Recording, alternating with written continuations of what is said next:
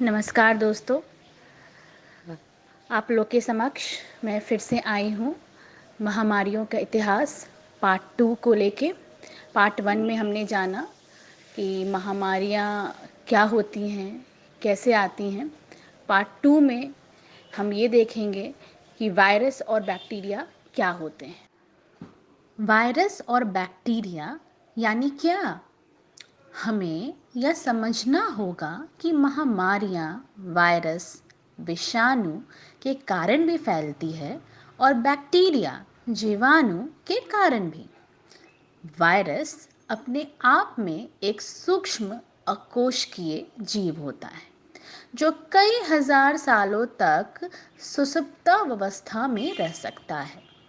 इसका व्यवहार एक बीज की तरह होता है।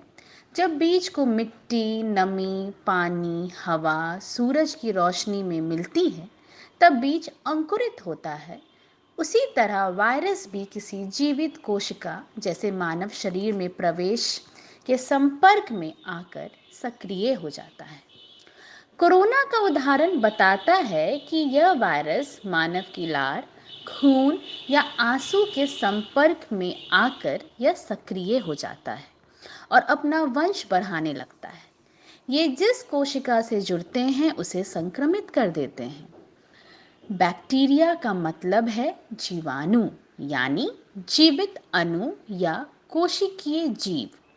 ये शरीर के भीतर भी रहते हैं और बाहर भी। हमारे पाचन तंत्र में करोड़ों बैक्टीरिया होते हैं जो पाचन में मदद भी करते हैं। ज़्यादातर बैक्टीरिया अच्छे होते हैं, लेकिन कुछ बैक्टीरिया मानव के लिए घातक भी होते हैं। मसलन प्लेग की बीमारी बैक्टीरिया से फैलती है।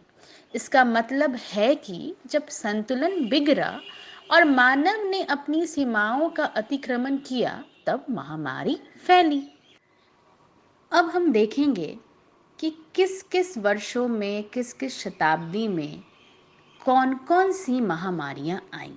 तो सबसे पहले एंटोनाइन प्लेग, वर्ष 165, वर्ष 165 ईसा पश्चात, एडी 165 से 180 के बीच एशिया मिनोर, दक्षिण पूर्वी एशिया और वर्तमान टर्की, मिस्र, ग्रीस और इटली में एक किस्म का बैक्टीरिया संक्रमण फैला था जिसे एंटोनियन प्लेग या गेलेंग प्लेग की महामारी कहा गया। इसके बारे में यह पता नहीं चला है कि कौन सी बीमारी थी, किंतु इसे चेचक या खसरा माना गया।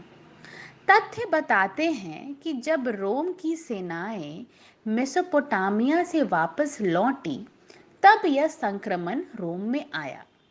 किसी को इसके बारे में कोई अंदाज ही नहीं लग पाया और यह फैलता गया।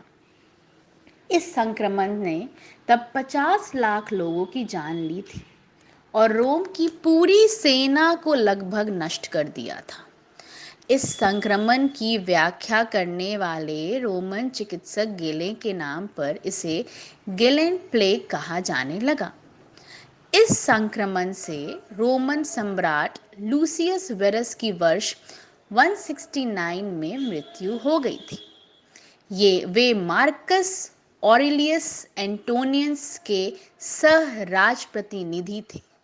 इसलिए उस वक्त फैली महामारी को एंटोनाइन प्लेग महामारी नाम दे दिया गया। रोमन इतिहासकार डियो कैशियस के मुताबिक 9 साल बाद यह महामारी फिर से फैली। इससे हर रोज लगभग 2000 लोगों की मृत्यु हुई। बीमारी से संक्रमित 1/4 लोगों की मृत्यु हुई। कुछ क्षेत्रों में तो 1/3 जनसंख्या समाप्त हो गई थी। जस्टिनियन प्लेग, वर्ष 541 से 42, वर्ष 541 से 42 में जस्टिनियन प्लेग ने यूरोप की एक बड़ी आबादी को ख़त्म कर दिया था। आंकलनों के अनुसार इससे 2.5 करोड़ लोगों की मृत्यु हुई थी। इस ब्यूबोनिक प्लेग के संक्रमण ने बैजेंटाइन साम्राज्य और मेडिटेरेनियन के तटीय शहरों को बहुत प्रभावित किया था। आधुनिक और प्राचीन यर्सिनिया पेस्टिस डीएनए के आनुवांशिक अध्ययनों से पता चलता है कि जस्टिनियन प्लेग की उत्पत्ति मध्य एशिया में हुई थी।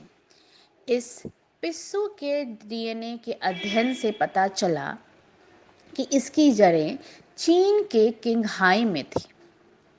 फिर इसकी जड़ें टियान शान पर्वत श्रृंखला में भी पाई गई।